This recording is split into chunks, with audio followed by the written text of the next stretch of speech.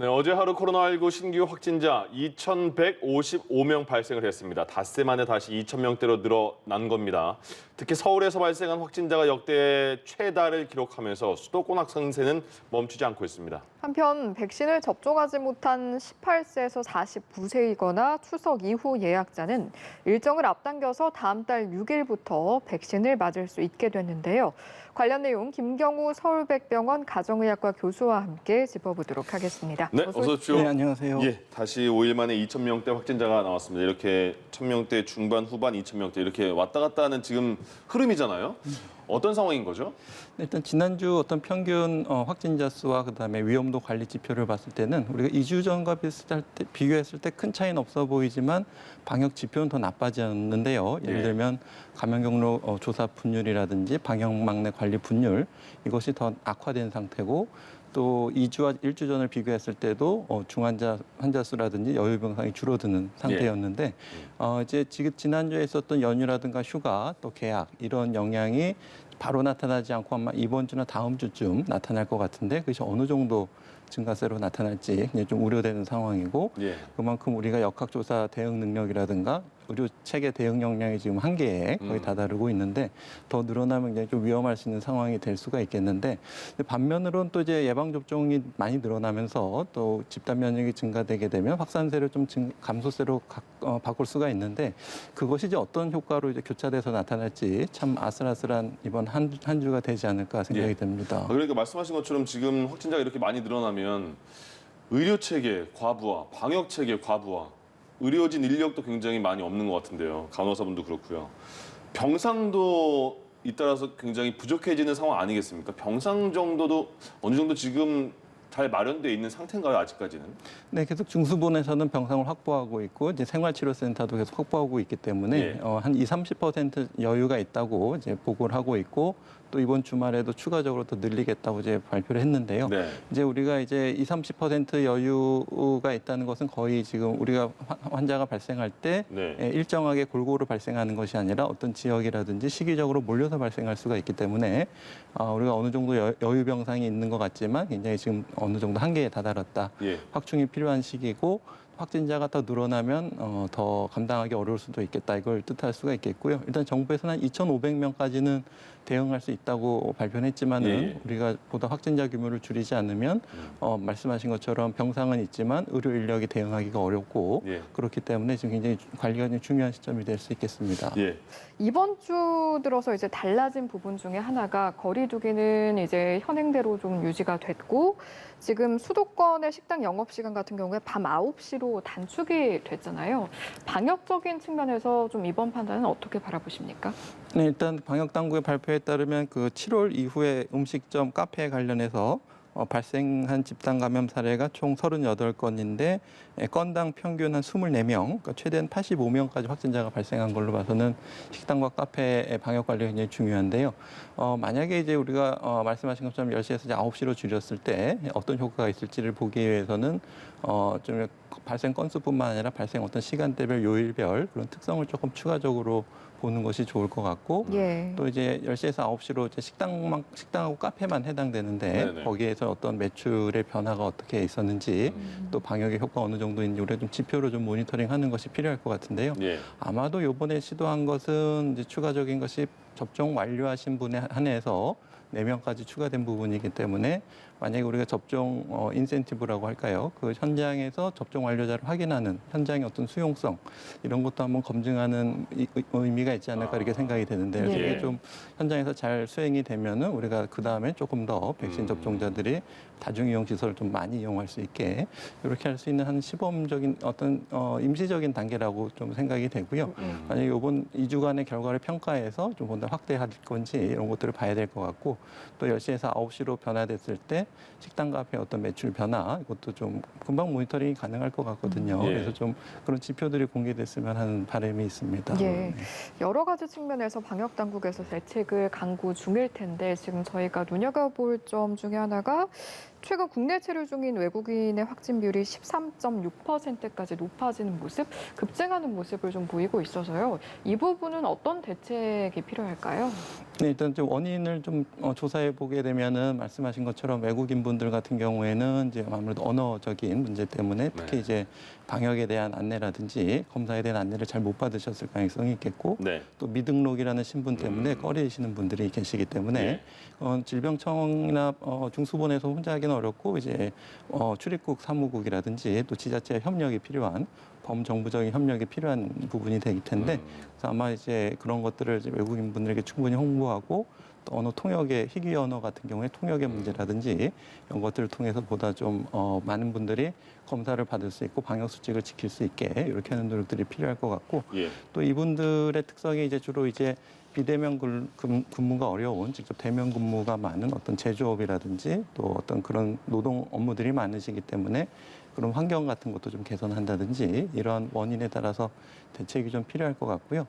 아무래도 또 이번에 국내 체류 외국인 할 땐 또 국내 거주 외국인이 있고 또 이제 체류를 목적으로도 들어오시는 분들이 있어서 네. 그걸 좀 이제 구별해 봐야 될 것 같은데 아마 들어오시는 분들은 다 전수 검사를 하기 때문에 검사 과정에서 많이 확인이 되는 경우도 있겠고 예. 또 그분들이 이제 관광으로 오는 게 아니라 또 와 계신 분들 커뮤니티에 또 이제 합류가 되기 때문에 예, 그분들끼리 또 전파가 될 가능성이 많기 때문에 그분들 예. 커뮤니티 내에서 방역수칙 준수라든지 또 적극적인 검사 홍보 이런 것들이 좀 필요할 것 같습니다. 지금 변이 바이러스 중에 델타 변이를 저희가 계속 말씀드리는 게 뭐 확산 속도 빠르다, 그전 바이러스보다 강하다 이런 얘기 많이 했잖아요. 근데 진짜 이게 피부로 와닿는 게 델타 변이 감염자 봤더니 증상 초반에 바이러스 발생 그 비율이 일반 코로나 바이러스와 비교했을 때와 300배가 더 많이 나온다는 거예요? 델타 변이가요? 네, 이 그렇습니다. 뜻이 뭐예요? 일단 증상 0일째, 그러니까 증상이 발현됐을 때 예. 배출되는 바이러스 양을 측정해 봤더니 말씀하신 것처럼 기존 1차 유행 때보다 더 많은 양의 바이러스가 나온다는 뜻이 되겠는데요. 예. 이제 그것은 우리가 이제 작은 양의 비말에도 굉장히 많은 바이러스가 있을 수가 있겠고 그렇기 때문에 작은 양의 비말로도 쉽게 전파가 되기 때문에 사소한 접촉으로도 쉽게 감염이 될 수 있다라는 그런 뜻이 되겠고 예. 또 증상 0일 날 이렇게 300배가 많다는 것은 증상 발현 직전에도 상당히 많은 양의 바이러스가 있겠다.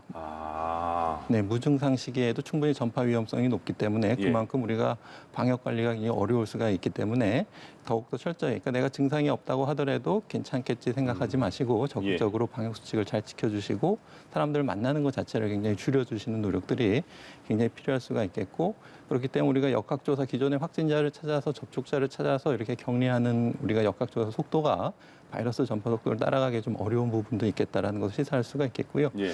또 한 가지 이번 연구에서는 이제 바이러스가 감소하는 속도는 10일째 됐을 때 기존 바이러스와 별 차이가 없다라는 것이 되기 때문에 우리 확진자분들을 이제 해지할 때 그런 기존의 방역 기준 자체는 변동할 필요는 없겠다 이렇게 볼 수 있겠습니다. 예. 최근에 그리고 확진자가 많이 나오는데 그 좋은 역할을 했던 곳이 바로 임시선별검사소라고 해요. 여기서 수도권에서는 수도권 확진자의 20%가 임시선별검사소에서 확진됐다고 하는데 그러면 이 임시선별검사소는 조금 더 늘릴 필요가 있나요? 어떻게 보세요? 네, 그래서 많은 분들이 검사를 원하시는 분들이 쉽게 가까이 접근해서 검사할 수 있고 막 줄을 막 많이 서서 하실 필요 없이 네네. 그리고 비용도 굉장히 무료로 무료니까요. 예, 예. 그리고 뭐 어떤 뭐 증상이 있나 뭐 접촉자를 했나 거 확인할 필요 없이 다 검사가 가능하기 때문에 예. 검사의 접근성을 높인다는 것은 검사를 많이 할 수가 있고 우리가 확진자를 많이 찾아낼 수 있으면 그분들을 위한 추가 전파를 막을 수가 있기 때문에 임시 선별 검사소를 늘리는 건 굉장히 좋은데요. 문제는 이제 비용하고 이제 인력이 또 그러네요. 많이 이제 예. 들기 때문에 그래서 이제 앞으로 조금 이 코로나19 상태가 장기화될 경우에는 이제 임시 선별 검사뿐만 아니라 가까운 동네 병의원에서도 이제 검사를 할 수 있게 네. 하게 되면은 뭐 좀 감기가 의심이 돼서 진료를 받았을 때 바로 검사를 받으실 수가 있으니까 예. 지금은 이제 약국이나 병원에서 의사가 검사를 받으세요라고 권고한 다음에 그분이 한 번 더 검사소를 찾아가셔야 되는데 예. 지금은 이제 만약에 바로 하실 수 있다면 각 지역 사회에서 바로 할 수 있게 한다든지 아니면 이제 자가 채취하는 해서 검체만 이제 보내는 것도 한 가지 고려를 해볼 필요가 있을 것 같습니다. 아. 자기가 코라든지 목에서 채취한 다음에 예. 그 검체만 어디 보낸다든지 아니면 그분 10개를 모아서 검사를 한다든지 그렇게 하게 되면은 우리가 검사하는 어떤 인원이 필요가 없으니까 정확도는 약간 떨어질 수가 있지만 바이러스가 높을 때는 그 PCR 검사가 굉장히 민감하기 때문에 찾아낼 수가 있을 예. 걸로 기대가 되기 때문에 뭐 타액을 이용한다든지 그래서 검사 방법을 좀 다양화시켜서 우리가 좀 보다 많은 사람들을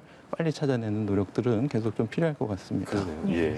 그리고 내일부터 만 18세에서 49세 백신 접종이 시작이 되는데 정부가 추석 이후에 예약자들을 접종 일정을 좀 추석 이전으로 앞당길 수 있도록 했다고 하거든요. 이걸 변경을 좀 하려면 어떤 방법으로 해야 되는 겁니까? 네, 기존에 이제 예약하셨던 것들은 본인 인증을 이제 한 가지 뭐 스마트폰이나 PC 하나로 해가지고 네. 이제 예약을 하시거나 또 기존 예약을 취소하시고 이제 새로 예약을 하실 수가 있겠고요. 본인 인증만 할 수 있으면 뭐 대리 예약도 가능하실 텐데 네. 문제는 이제 취소를 하고 이제 하셔야 되기 때문에 만약에 취소했는데 또 자리가 없어질 수가 있어서 그렇죠. 그게 예. 좀 애매해요. 네, 애매합니다. 네, 네. 그렇기 때문에 추석 이후로 좀 늦으신 분들만 좀 앞당겨서 하시는 것이 좋겠고, 네. 물론 이제 접종 일자가 빠르신 분도 취소하고 다시 할 수가 있는데 예. 더 밀릴 수도 있으니까 그러니까 좀 후반부에 있는 분들이 좀 적극적으로 활용하시면 좋겠고요. 그다음에 또 이제 뭐 자녀 백신 같은 경우에도 적극적으로 활용하셔서 맞게 되면은 기존에 예약됐던 게 자동으로 취소되니까. 아. 예, 그래서 일단 지금은 좀 땡기실 수 있는 분들은 좀 많이 일찍 일정을 옮기시고 또 못 옮기셨다고 하더라도 계속 모더나라든지 아스트라제네카 자녀 백신이 나올 가능성이 많기 때문에 예. 적극적으로 활용해 보셔서 좀 하루라도 빨리 맞고 또 그런 것이 좀 보다 많은 분들이 맞는 것이 이제 좀 필요할 것 같습니다. 그러니까 뭐 다른 거 종류 따지지 마시고 말씀하신 것처럼 하루라도 빨리 맞는 게 좀 지금 중요할 때가 아닌가 싶어요. 네, 그렇습니다. 지금 예. 언제 어디서든지 누구든지 감염될 수가 있기 때문에 네. 내가 뭐 방역 수칙을 특별히 위반하지 않아도 확진되신 분들 이렇게 여쭤보면 그냥 회사만 출퇴근하고 뭐 회사에서 식사하고 그랬는데 네. 걸린 분들이 이제 많기 때문에 예. 누구나 걸릴 수 있기 때문에 지금 하루라도 빨리 맞는 것이 좋습니다. 예. 예. 정부가 지금 추석 전에 1차 접종 목표로 세운 수치가 3,600만 명인데요. 이 수치로 잡은 이유나 어떤 의미가 있을까요? 네, 일단 뭐 좀 상징적인 의미가 있을 것 같고요. 그러니까 아무래도 이제 이걸 달성했다는 의미는 그동안 참 우리가 어떻게 보면 백신 확보가 좀 늦었고 또 확보하려고 했을 때는 이미 백신도 부족하고 네. 또 확보한 백신도 또 불안정성 때문에 못 들어온다 이런 거 굉장히 우여곡절이 많고 예, 예. 또 국민 여러분들께서 혹시 이거 이상 반응이 있지 않냐 또 뭐 접종 후 사망, 그러니까 인과성이 없는 그런 사망 보도 때문에 또 불안해하시고 예. 참 여러 가지 변수 속에서 그래도 3,600만 명이 1차 접종을 완수할 수 있다는 것은 굉장히 참 상징적인 의미가 있을 것 같고요. 네. 아마도 1차 접종하신 분들은 대부분 2차 접종까지 완료하실 수 있기 때문에 아마도 이제 전 국민 70% 이상 접종 완료하는 국가가 될 가능성이 많은데 예. 지금 다른 나라들을 봤을 때 전 국민 70% 이상 접종 완료한 국가가 그렇게 많지 않거든요. 그러니까 이스라엘, 영국, 미국 같은 경우에도 백신이 남고 그래도 70%를 넘지 않기 때문에 그러니까요. 예, 그렇기 때문에 우리나라가 이제 70% 이상 국민 예. 접종 완료율이 있다는 건 이제 큰 상징적인 의미가 있을 것 같습니다. 그러네요. 네. 그 말씀하신 것처럼 11월 달까지 초반에는 70% 집단 감염 목표 이루겠다 이렇게 했는데 그 전에 이런저런 상황이 많으니까 되겠어 이런 걱정이 많았잖아요. 이제 그거를 좀 당긴다니까 조금 더 속도를 내는 것 같고요. 그러니까 최근에 또 백신 수급에 차질이 있으면서 화이자, 모더나 3주, 4주 2차 접종 기간이 있었는데 6주를 좀 늘리겠다 이렇게 말을 했잖아요. 근데 다시 또 백신 수급이 원활해지면 다시 4주로 당길 수도 있다 이런 얘기도 나오고요. 그게 늘리는 게 좋은 건지 아니면 4주에 딱 맞게 맞는 게 좋은 건지 늘리는 게 또 항체 형성에 더 좋을 수도 있다 이런 얘기도 나오고요. 어떤 게 좋은 거예요? 네, 맞습니다. 그래서 일단은 그 임상 3상 시험을 통해서 권고된 접종 기간, 네. 파이자는 3주, 모더나 4주. 그것보다 더 빨리 맞는 것은 효과가 떨어질 수가 있겠고, 그것보다 더 늘리는 경우에 효과가 더 좋겠는가에 대해서는 많은 연구들이 이루어지고 있는데 대부분 조금 더 효과가 더 좋아질 수 있겠다 이런 연구들이 있어서 네. 우리가 감염 위험성이 이렇게 높지 않으면 좀 기간을 여유 두고 맞는 것이 좋을 텐데 지금 워낙 4차 대유행 기간이기 때문에 또 하루라도 빨리 좀 많은 분들이 접종 완료율을 높이는 것이 좀 의미가 있을 것 같고요. 네, 그래서 가급적 근데 다만 문제는 이제 백신의 효과는 이제 큰 차이는 없겠지만 예. 이제 현장에서 이제 일정이 변경된다던가 할 때 혹시 혼선이 생기게 되면 또 혼선이 또 오접종으로 이어질 수가 있기 때문에 그래요. 현장에서 어떤 수용 가능성 이런 예. 것도 충분히 고려해서 접종 기간을 조정하는 것이 필요할 것 같습니다. 그러니까 화이자 모더나 3, 4주에서 6주로 늘린 게 너무 늦춰지면 효과 안 좋은 거 아니야라고 생각할 수가 있는데 기간을 더 늘리면 항체 형성이 더 많이 될 수 있어서 좋을 수 있지만 지금은 4차 대 유행이라서 최대한 2차 접종을 빨리 하는 게 좋기 때문에 4차로 다시 줄인다는 그런 의미군요. 4차로 아니 그 4주를요. 네, 백신 여유만 있으면 백신 접종 기간에 맞춰서 하는 것이 좋을 것 같고 늦췄을 때 더 효과가 좋을 거라는 가능성은 있는데 그 연구들이 이렇게 많지는 않기 때문에 네네. 근데 더 적어진다는 연구는 없기 때문에 예. 아마도 더 높을 것 같지만 그래도 일단은 접종 기간을 최대한 맞출 수 있으면 맞추면 좋겠습니다. 알겠습니다. 네. 어제부터 좀 관심을 받았던 소식이 또 화이자 백신이 코로나19 백신 중에 처음으로 미국에서 정식 승인을 받았다 이 내용이었는데요. 그러면 그 밖에 다른 백신들은 지금 긴급 승인을 다 받은 거라고 보면 되는 거죠?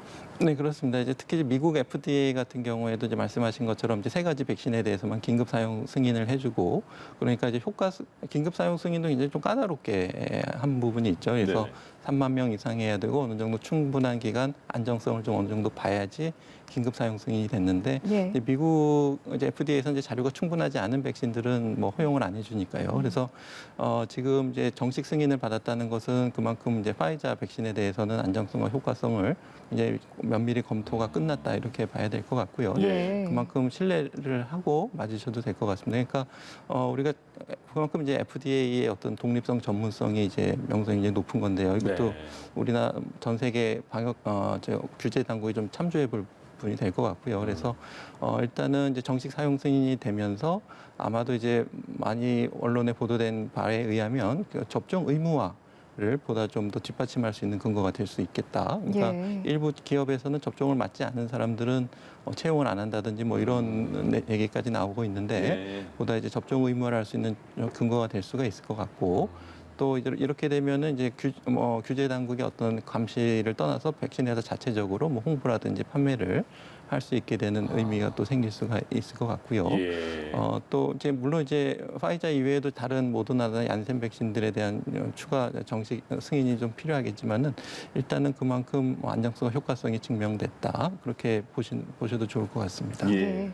그만큼 신뢰도가 좀 높아졌다라고 볼 수 있는 부분일 텐데 일단 미국이 백신 접종을 좀 다른 나라보다 일찍 시작하고 물량도 여유가 있는 편인데 완료자 비율이 50%를 조금 넘는다고 해요. 이런 부분도 조금 더 접종률을 높이는 계기는 될 수 있겠네요. 네, 그렇습니다. 이제 효과성과 안전성에 대해서 미국인분들의 어떤 신뢰성이 좀 높아질 것 같고요. 또 그 밖에도 이제 미국 자체 내에서 왜 백신 접종을 주저하거나 안 맞는 것인가 이런 조사 연구들에 대해서도 우리도 한번 참조할 부분이 있는데 네. 근데 미국하고 우리나라 좀 다른 점이 굉장히 그 백신 접종하기 하는 데까지 접근하기 어려운 지역에 사는 분도 많이 있다고 합니다. 접근성이 떨어져서 그런 부분도 있다 그러니까 그리고 이제 말씀하신 것처럼 어떤 신뢰도가 떨어진다든지 이런 부분에 대해서 그만큼 이제 어느 정도 백신 접종 효과가 증가하는 것에 효과가 있을지 좀 봐야 될 것 같고 예. 또 이제 백신 접종 센터로 접근하기 어려운 부분에 대해서 미국에서 이제 어떤 전략으로 찾아가서 접종을 하는지 이런 것도 한번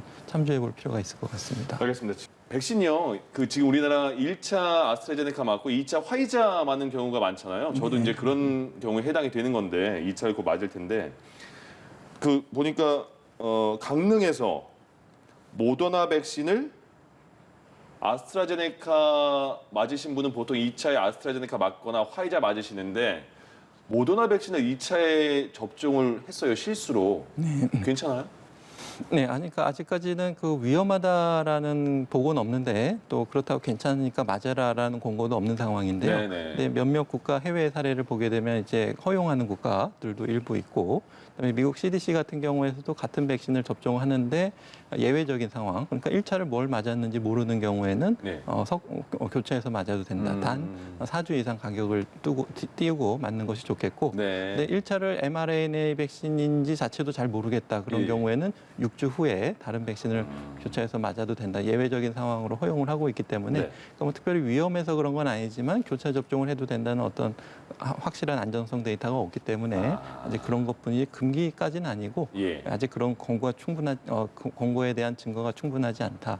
그 정도 수준이기 때문에 그렇기 때문에 제 생각에는 뭐 좀 교차해서 맞으셔도 큰 문제는 없으실 것 같은데 그래도 이것은 이제 오접종 사례니까 네네. 좀 원인을 파악해서 이런 오접종이 일어나지 그렇죠. 않도록 관리는 계속 필요할 것 같습니다. 그러니까 일단 오접종은 그 수정해야 되기 때문에 확실하게. 근데 이 맞으신 분 당사자는 걱정하실 거 아니에요. 어떡하지 할 텐데 그렇게 걱정할 필요까지는 없다 이런 말씀이네요. 그렇습니다. 지금 위험하다는 증거는 없기 때문에 네. 걱정하실 필요는 아우, 없겠습니다. 다행입니다. 네. 최근 들어서 이제 이렇게 접종률이 늘어나다 보니까 청소년 그리고 또는 임신부 이런 상황에 있어서의 접종 어떻게 좀 논의되고 있고 진행은 언제 된다면 언제 될 것인가 이런 부분들도 많이들 궁금해하시는 것 같아요. 어떻습니까? 네, 그렇습니다. 지금 해외에서 어떤 안정성과 효과성의 데이터를 이제 모니터링하고 있는 상황인데요. 그러니까 처음에는 임신부에 대한 자료가 없기 때문에 아직까지 임신부는 접종을 좀 당분간 맞지 않는 것으로 했지 임신부가 맞으면 큰일 나는 건 아니었지만 예, 그래서 하지만 임신하신 분들은 아직까지 접종 대상이 아니셨는데요. 미국에서 초기 중간 분석 결과에 따르면 이제 임신인지 모르고 맞으셨던 분들이 꽤 그럴 수 계셨는데, 있죠. 네네 그분들 추적해 보니까 전혀 문제가 없었다라는 보고가 있기 때문에 보다 이제 많은 분들에 대한 또 보다 장기적인 연구, 특히 이제 태아라든지 출생 후에 나타나는 변화 이런 것까지 좀 모니터링이 필요한데 현재까지는 큰 문제는 없다라고 돼 있어서 그렇기 때문에 위험도가 높은 상황에서는 임신부도 이제 적극적으로 접종을 권고할 수가 있겠는데 지금 우리나라 산부인과 학회에서도 지금 이 권고안을 준비하고 있는데 일단 특별히 금지할 필요는 없겠다. 예. 네, 그리고 이걸 이제 어느 정도 적극적으로 또 아니면 의무적으로 권고할 것인가 이거에 대해서는 이제 고민하고 있고 해외 데이터를 좀 모니터링하고 있기 때문에 아마도 이제 12세 이상 소아 청소년 같은 경우에는 해외에서 많은 접종이 적극적으로 이루어지고 있으니까 그 데이터를 우리가 참조해서 중고등학생 접종까지도 4분기에 가능할 것 같고 예. 또 임신부도 접종을 허용하는 방안이 도출될 것 같은데 좀 결과를 좀 기다려봐야 될 것 같습니다. 예, 알겠습니다. 오늘 말씀 여기까지 듣도록 하죠. 지금까지 김경우 서울백병원 가정의학과 교수와 이 시간 함께했습니다. 고맙습니다. 고맙습니다. 네, 감사합니다.